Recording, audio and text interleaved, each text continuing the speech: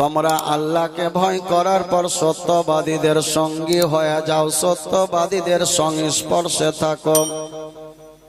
শুধুমাত্র আল্লাহকে ভয় করলেই চলবে না, নিজের জীবনটাকে যদি তোমরা সুন্দর জীবন তৈরি করতে চাও, নিজের জীবনটাকে যদি তোমরা মাধুর্য করতে চাও, তাহলে বর্তমান সময়ে আল্লাহর ওলিদের সঙ্গে কানেকশন করো। জোরে বলেন সুবহানাল্লাহ। যেমন আপনার আমার বাড়িতে অনেকগুলা লাইট, রং বেরঙের লাইট, কিন্তু যদি আপনার বাড়ির ফিউজ উড়ে যায়, যেমন সমস্ত বল অফ হয়ে যাবে। দুনিয়াবি জগতে যদি সাকসেস হতে চাও, যদি পূর্ণ মুমিন হতে চাও, আল্লাহর পথ চিনতে চাও, আল্লাহর পথে হাঁটতে চাও বা চলতে চাও, এখন নবী আজম নূরে মুজাসসাম আপনার আমার কাছ থেকে পর্দা হয়ে গেছেন, সাহাবীদের বেরাদার পর্দা হয়ে গেছে, তাবিঈনগণ পর্দা হয়ে গেছেন। বর্তমান সময়ে আল্লাহর ওলিদের দৌর চলছে। এই আল্লাহর ওলির সঙ্গে যদি আপনারা আমরা কানেকশনটা করে দিতে পারি, আপনার ভিতরের যে রড লাইট, আপনার ভিতরের যে বাল্ব, ইনাদের ফায়েজ ও বরকতে আলা দিতে পারবি। সুবহানাল্লাহ, সুবহানাল্লাহ। এই জন্য দুনিয়াবি জগতে কোন ব্যবসায়িক, আজকে অনেক মনোহারি এখানে এসেছে। বিরাদার ইসলাম, কয়েকদিন ব্যবসা করতে গেলে দুনিয়ার মানুষ তাকে বলে মনোহারিওয়ালা। চুরি বিচতে গেলে দুনিয়ার মানুষ খেতাব দেয় চুরিওয়ালা। সবজি বিচতে গেলে তাকে দুনিয়ার মানুষ বলে সবজিওয়ালা। গোশত বিক্রি করতে গেলে তাকে বলে গোশওয়ালা। আলু বিক্রি করতে গেলে দুনিয়ার মানুষ বলবে আলুওয়ালা। দুনিয়ার জীবনে, দৈনন্দিন জীবনে যদি শুধুমাত্র কিছুদিন এই ব্যবসা চালু করে, যদি এই খেতাব বা লাকাব চলে আসে, আলু যদি বিক্রি কে থাকে, আজকে বিরাদর ইসলাম আলুওয়ালা বলে। যদি সবজির ব্যবসা করে তাকে সবজিওয়ালা বলে, গোশত বিক্রিওয়ালাকে গোশওয়ালা বলে, চুরি বিক্রিওয়ালাকে চুরিওয়ালা বলে। দৈনন্দিন জীবনে যারা আল্লাহর মুসাল্লাই পড়ে, আল্লাহর পাটিতে পড়ে আল্লাহ আল্লাহ করেছে, দুনিয়া তাকে আল্লাহওয়ালা বলুক চেহে না বলুক, ইরান যদি তাকে আল্লাহওয়ালা বলে চেহে না বলে, হিন্দুস্তান পাকিস্তান তাকে আল্লাহওয়ালা বলে চেহে না বলে, আল্লাহর কোরআন বলে যারা আমার পাটিতে বসে আল্লাহ আল্লাহ করেছে, আমি তাদেরকে আল্লাহ আল্লাহর ওলি বলেছি। জোরে বলে। তাই এই আল্লাহর ওলিদের ব্যাপারে কোরআনে বহু জায়গায় উল্লেখিত আছে। এই জন্য আল্লাহর ওলিদের ব্যাপারে কোরআন বলছে, না তাদের দুনিয়াবি জগতে না আখেরাতে কোনো ভয় বা চিন্তা আছে। জোরে বলেন সুবহানাল্লাহ। ওস্তাদ মুহতারাম সাবাইনে কেরাম, পীরের পীর গাউসুল আজম আলাইহি রহমা রিদওয়ানকে আমার আল্লাহ পাক এত ক্ষমতা দিয়েছিলেন, এই পীর গাউসুল আজম মায়ের পেটে হাফেজে কোরআন হয়েছে এমনটা নয়। আমার পীর গাউসুল আজম আরে মায়ের পেটে সালামের কাজা আদা করেছে। জোরে বলেন সুবহানাল্লাহ। মুআজ্জাজ মুহতারাম সামাইনে কেরাম,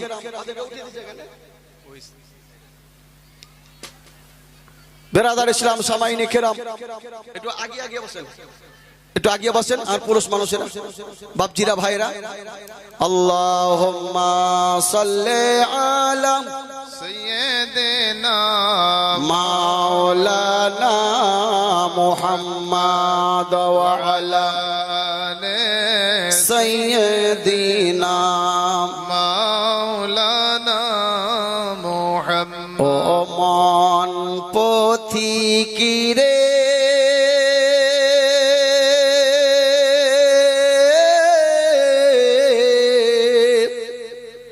পদিবে চল বেলা বেশি নাই, ও মন পথিকিরে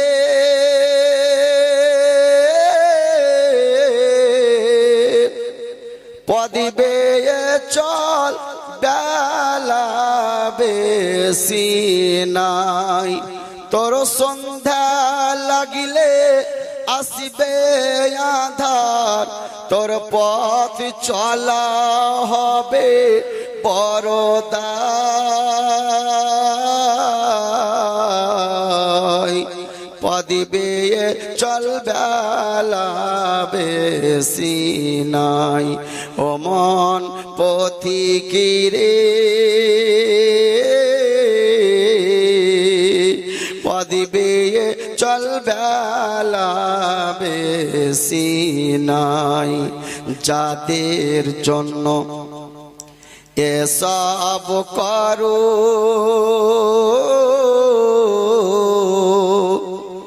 ভেবে দেখো মন কেউ নয় কারোরই যাদের জন্য এসব করো ভেবে দেখো মন কেউ নয় কারোরই বুঝবে তুমি সেই দিনেতে বুঝবে তুমি ভাই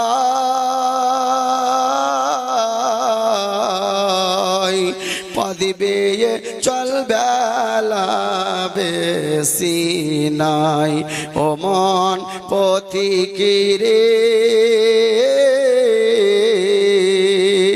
পদিবে চল বেলা বেশি নাই মজ্জাজ সামাইনে কেরাম বড় পীর আব্দুল কাদের জিলানী রহমাতুল্লাহ তাআলা আলাইহির দরবারে এক ভদ্র মহিলা স্বামী স্ত্রী দাসত্ব জীবনে একটি বছর নয় দুইটি বছর নয় 12টি বছর সংসার করলো কিন্তু এখন পর্যন্ত মা হতে পারেনি কত ডাক্তার দেখিয়েছে কত ওঝা দেখিয়েছে কত রকমের বেরাদার ইসলাম সামাইনে কেরাম সার্জন দেখিয়েছে কিন্তু এখন পর্যন্ত মা হতে পারেনি যেখানে ডাক্তারের ডাক্তারি শেষ হয়ে যাবে মাস্টারের মাস্টারি শেষ হয়ে যাবে মাস্টারের মাস্টারি শেষ হয়ে যাওয়ার পর বৈজ্ঞানিকের বৈজ্ঞানিক শেষ হয়ে যাওয়ার পর মাস্টারের মাস্টারি শেষ হয়ে যাওয়ার পর ডাক্তারের ডাক্তার ফেল হয়ে যাওয়ার পর থমকে যাবে ও বেরাদার ওখান থেকে আল্লাহর ওলিদের পাওয়ার বেড়ে যাবে বেরাদার ইসলাম সামাইনে কেরাম আল্লাহর ওলি গাউসুল আজম বগদাদের রাজা নিজের খানকা শরীফে বসে আছেন আর এমন সময়তে ওই 12 বছর ধরে সংসার করেছেন এখন পর্যন্ত বেরাদার মায়ের খাতায় নামটা লেখা হয়নি বড় আফসোস নিয়ে বেরাদার চিন্তা করলো কেউ জানো তাকে বলে লৌকিক মুখে কেউ শোনায় ওরে বোন এতদিন ধরে ডাক্তার করলা কত কবিরাজ অবিরাজ করলা কিন্তু তোমার এখনো গাছে ফল আসলো না তবে শোনো গো যদি ওই বগদাদের রাজা বড় পীর আব্দুল কাদের জিলানীর দরবারে যাও আমাদের দৃঢ় বিশ্বাস বলে ওই আল্লাহর ওলি বড় পীর আব্দুল কাদের জিলানীর তদবিরে তোমার আফলা গাছে ফল এসে যাবে তাই মা বড় আফসোস করে এক কদম দুই কদম করে ওই বড় পীর আব্দুল কাদের জিলানীর দরবারে উপস্থিত হয়ে গেছে বড় ভদ্রর সাথে আসসালামু আলাইকুম বলেছে পীর গাউসুল আজম সালামের জবাব দিলেন আর দেওয়ার পরে বলছেন ওগো ভদ্র মহিলা এইভাবে কাঁদছো কেন এমন কি তোমার হয়েছে এমন কি মনের দুঃখ ব্যথা একবার তুমি আমার সামনে প্রকাশ করো মেয়েটি বলে হুজুর আমি আজকে এত হতভাগিনী আমার কপাল এত পুরা হুজুর গো 12 বছর সংসার করলাম এখন পর্যন্ত মা হতে পারিনি কত মানুষ কত কথা বলে সব বুকে ধরে রয়েছি হুজুর গো আপনার নাম শুনে আপনার দরবারে আমি উপস্থিত হয়েছি হুজুর কোন একটা জিনিসের ব্যবস্থা করে আমাকে মা হওয়ার সুযোগ দান করুন আল্লাহর ওলি যেমন শুনলেন আমাদের মতন মাওলানা হলে সঙ্গে সঙ্গে বেরাদার কিছু বলতো পীর গাউসুল আজম মুসাল্লা পেরে দিয়েছেন আর পেরে দেওয়ার পর 2 রাকাত নামাজ পড়লেন, আল্লাহর সঙ্গে কানেক্ট করে দিলেন, আল্লাহর সঙ্গে কানেকশন করলেন। আমার পীর গাউসুল আজম কিছুক্ষণ কথা বলার পর যদি বেরাদার ইসলাম চোখটা খুলছেন, খোলার পর বলছেন, বেটি রে যাও, চলে যাও, তোমার কপালে কোনো সন্তান নাই। ও মন পথিকি রে,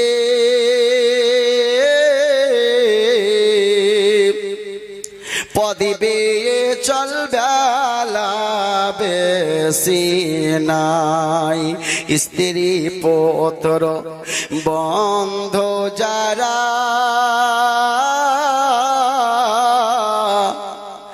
আপন বলতে হবে না তারা কেউ রে। স্ত্রী পুত্র বন্ধু যারা আপন বলতে কেউ নয় তারারে, ফেলে আসিবে কাফন দিয়ে, ফেলে আসিবে কাফন দিয়ে নির্জন জায়গা,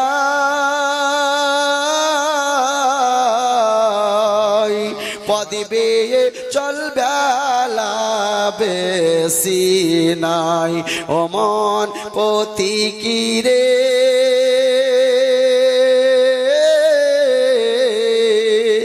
পদিবে চলবে বেশি নাই। তোর দিনে দিনে দিন ফুরালো, আর তো সময় নাই। ও মন পথিকি রে,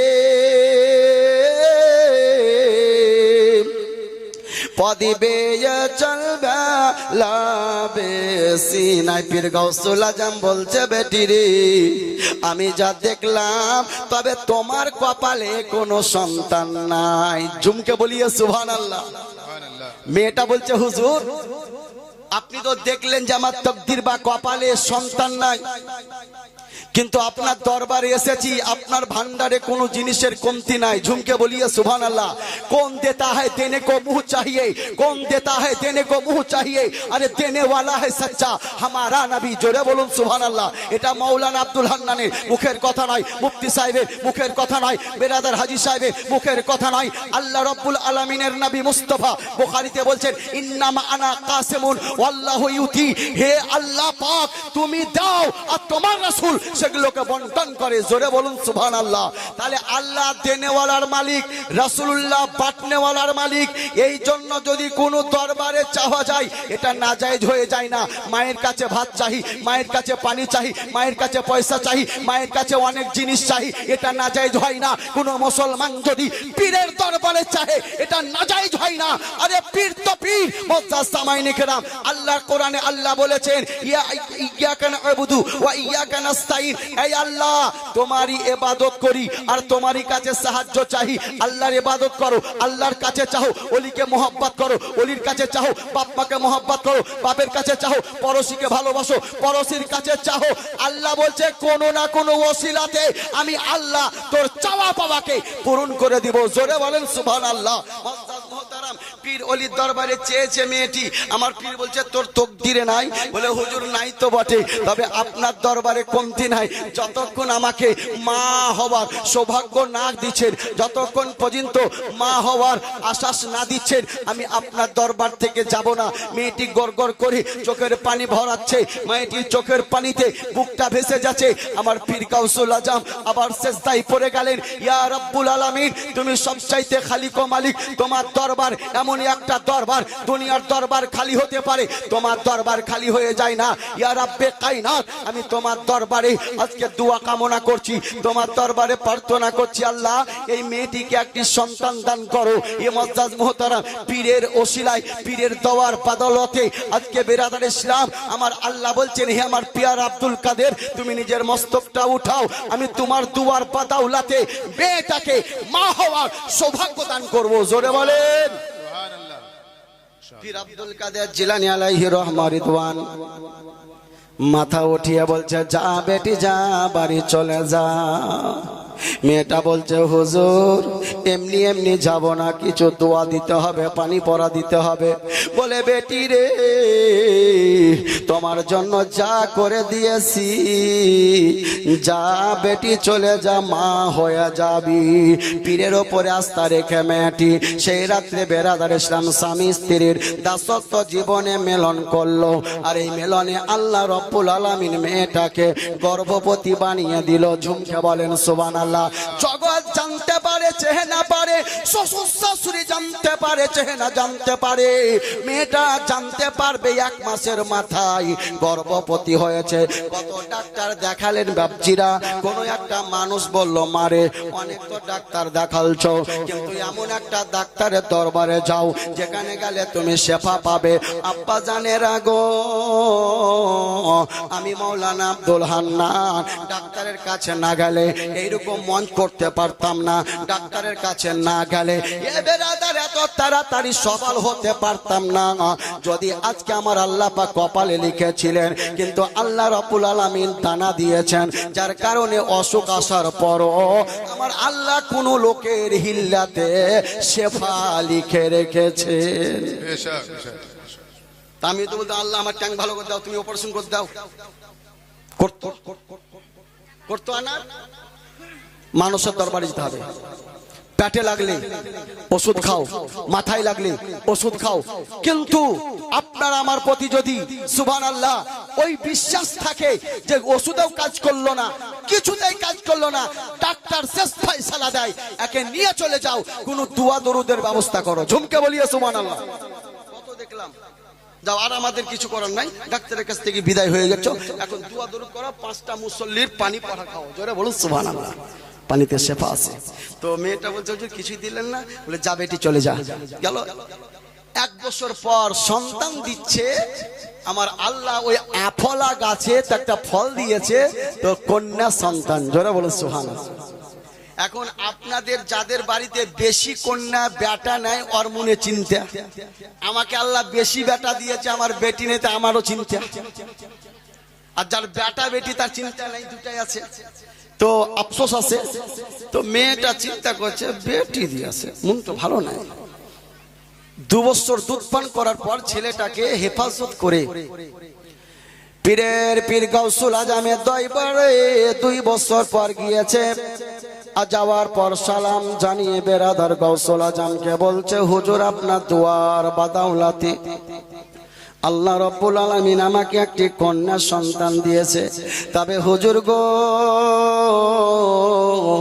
এই কন্যা সন্তানটা যদি পুত্র সন্তান হতো, আমার কলিজা আরো বড় হয়ে যেত।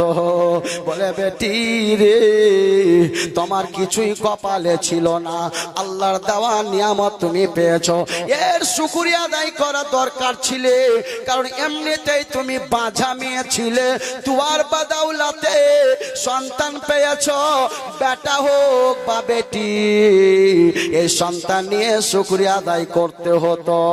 বলে, ওগো আমার পীর গাউসুল আজম, শুকরিয়া আদায় করেছি, তবে আমার মনটা বেশি খুশি হতো যদি এই মেয়েটার জায়গায় কোনো পুত্র হতো। পীর কাকে বলা হয়? আমার দরবার থেকে যাবি, কন্যা পেয়েছি কিন্তু বেটা পাসনি বলে তোর মন খারাপ করবে, আমি পীর গাউসুল আজম মন খারাপ করতে দেব না।